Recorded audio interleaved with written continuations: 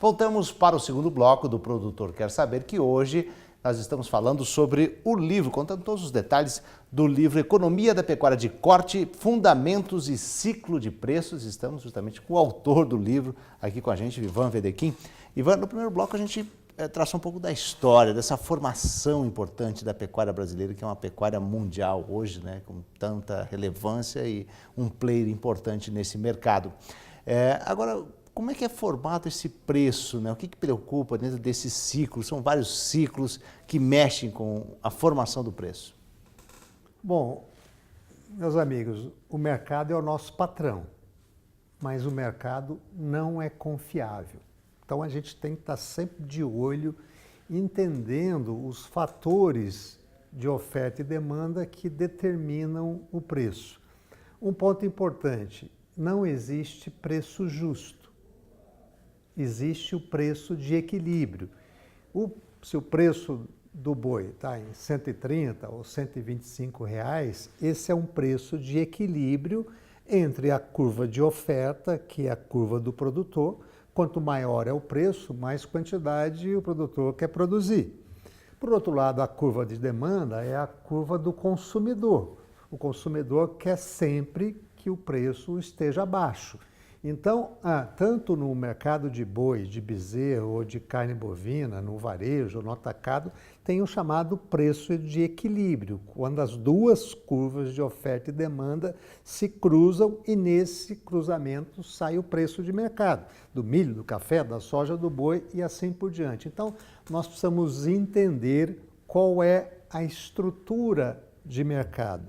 No geral, o mercado de bovinos, ele é um mercado quase que de commodity, embora tenha todo o trabalho de diferenciação, de produto, etc. e tal, que são mais nichos de mercado.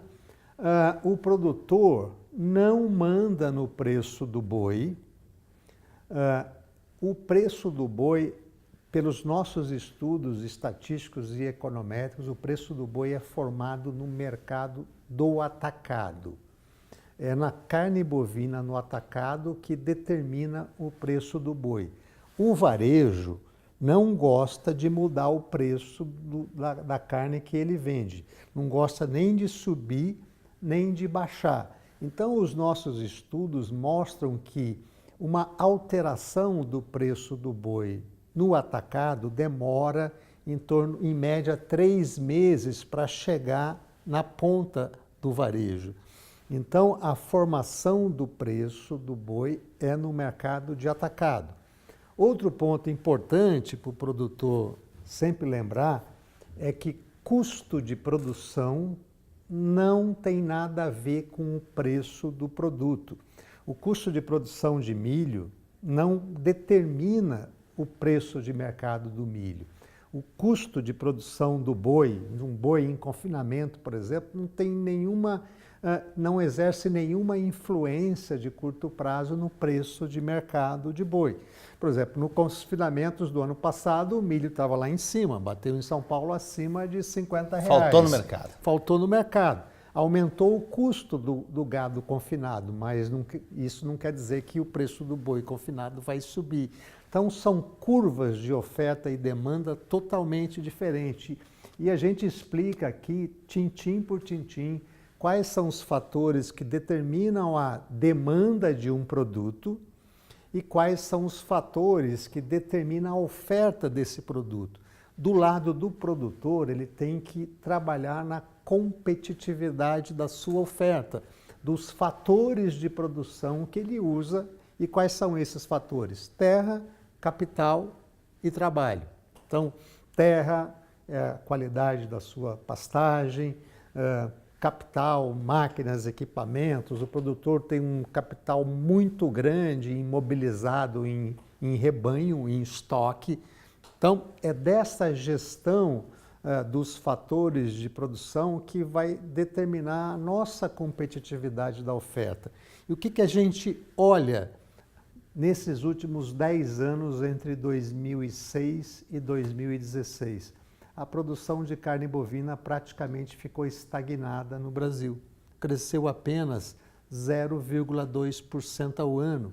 cresceu menos que o nosso PIB, que foi dramático, especialmente nesses últimos 3 anos. Então, a nossa pecuária ficou um pouco a dever do ponto de vista do aumento da sua produção e, nesse período, o frango continuou crescendo, a carne suína continuou crescendo, incorporando tecnologia e ficando mais baratas lá no balcão do açougue ou do supermercado. Então, o desafio da competitividade da nossa pecuária é um desafio muito grande, porque, como eu falei antes, nós temos que estreitar esse desnível tecnológico. Então, de olho na capacidade produtiva do produtor. Agora, dentro dessa questão de buscar a rentabilidade dos pecuaristas, né? Este ano é um ano bastante atípico com essas questões que não é do trabalho do pecuarista, mas que aconteceu em relação à Operação Carne Fraca. Essas questões todas, elas realmente vão demorar para você recuperar esse equilíbrio que vinha tendo para ser um mercado normal, sem essa interferência, que é um motivo extra, né? Olha, vamos dizer assim, foi um pouco mais de pressão que aumentou a febre da pecuária. Mas nós já estávamos desde o segundo semestre de 2015 numa fase do ciclo de baixa dos preços da pecuária. Em junho do ano passado, eu fiz uma palestra na Beef Expo em São Paulo e disse que o ciclo de alta da pecuária já tinha ficado para trás. Naquele momento, o mercado futuro de boi para outubro de 2016 estava acima de R$ 170 arroba. E hoje o mercado futuro está aí abaixo de R$ 130.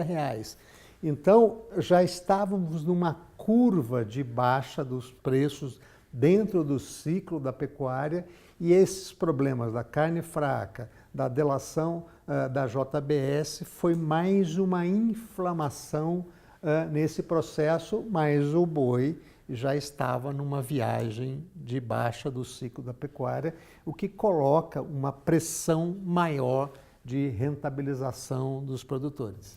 Você acredita que essa peça pode, essa questão toda dessa movimentação de mercado, dos frigoríficos agora, né, com essa questão toda de como vai ficar a JBS, tudo isso preocupa nesse mercado e também a atuação dos europeus que aproveitam isso para tentar mexer de novo com a imagem da carne brasileira?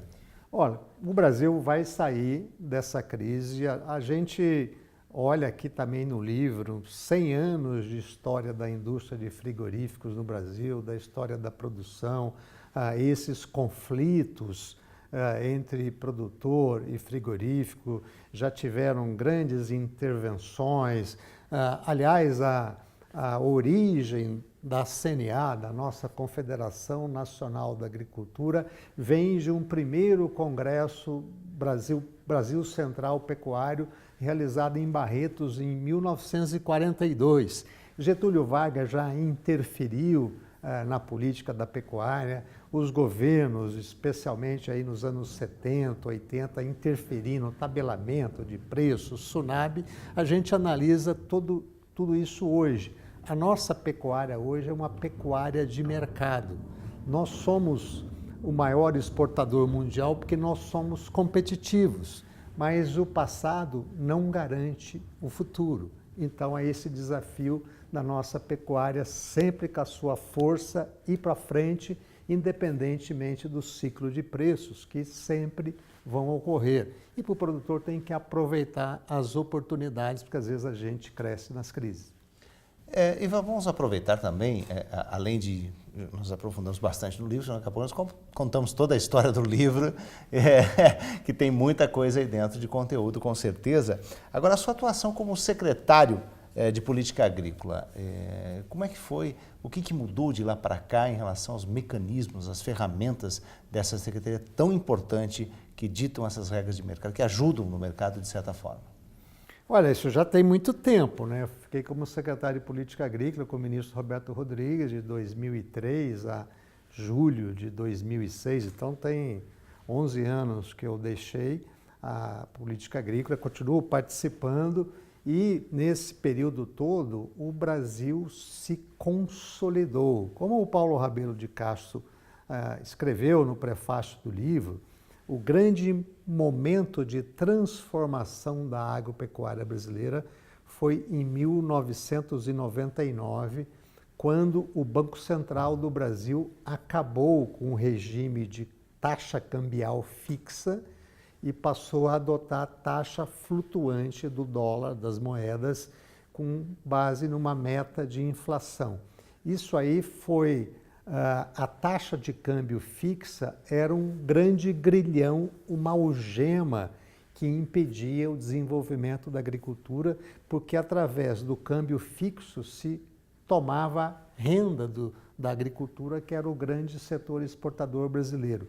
Hoje nós não temos tabelamento, nós temos pouca interferência do governo no mercado, o preço pode subir e baixar, o governo deixa o mercado funcionar e o Brasil incorporou tecnologia, teve mais acesso ao mercado com toda a eficiência do produtor. O governo fez a sua parte, criou os programas de investimento através do BNDES, sempre buscou oferecer crédito rural para o produtor. Nós criamos aqui a lei dos novos títulos do agronegócio, que tem mais de 200 bilhões de reais. Então, o seguro agrícola, que precisa ser retomado, o fato é que a agricultura brasileira é forte, porque ela depende muito pouco do governo.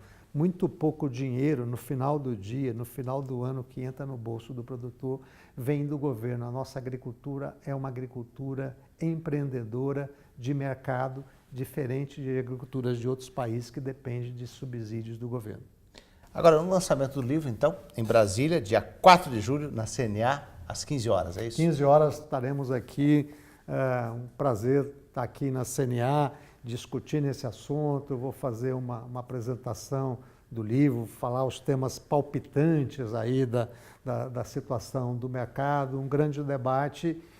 Vamos também tá disponibilizando o livro. Quem quiser ter mais informações do livro, é só mandar um e-mail para contato@vdquim.com.br ou entrar lá no nosso site vdquim.com.br, que será um prazer conversar com vocês.